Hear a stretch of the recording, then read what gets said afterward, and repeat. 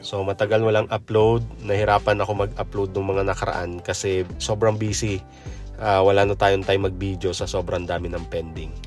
So ito, gusto ko lang ulit mag-video iPhone XS na long screw damage.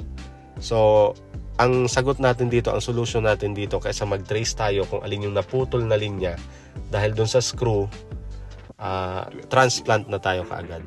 So ililipat lang natin yung mga main chip sa bagong board. Parang napakasimple, di ba? CPU lilipat, and memory, and EEPROM. So tatlo lang ang ililipat.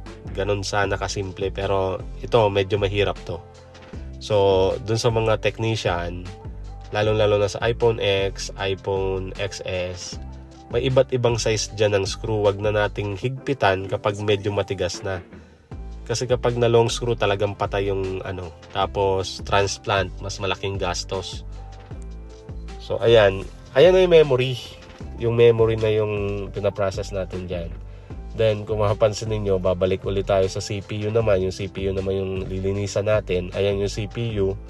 Dito, i-make sure lang natin na wala talagang bunot na paa. So after malinisan nito, i-double check ko kung meron bang mabubunot pa ng paa or wala na. So ayan, yan yung pag-check ko. Yan yung actual CPU, and ito yung makikita natin sa microscope. Ayan.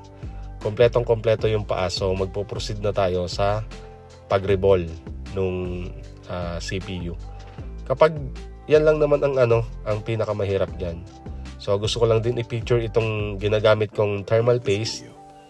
So isa yan sa mga pinakamahal na thermal paste. So kaya mahal din yung singil ko. Justify So ito kasi quality. Ang gusto ko kasi kahit papano maibalik yung kung ano yung pagkalapat ng Apple, yung OEM na Apple, yung pagkalapat ng CPU, ganun din dapat. So ayan, na-reball na natin. Yan yung EEPROM.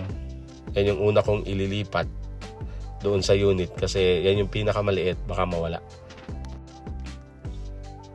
So di naman to katulad nung sa baseband EEPROM na mas maliit. So ito kayang-kaya pang makita ng natin, ng normal na mata natin. Ayan, sunod natin ilalapat yung memory.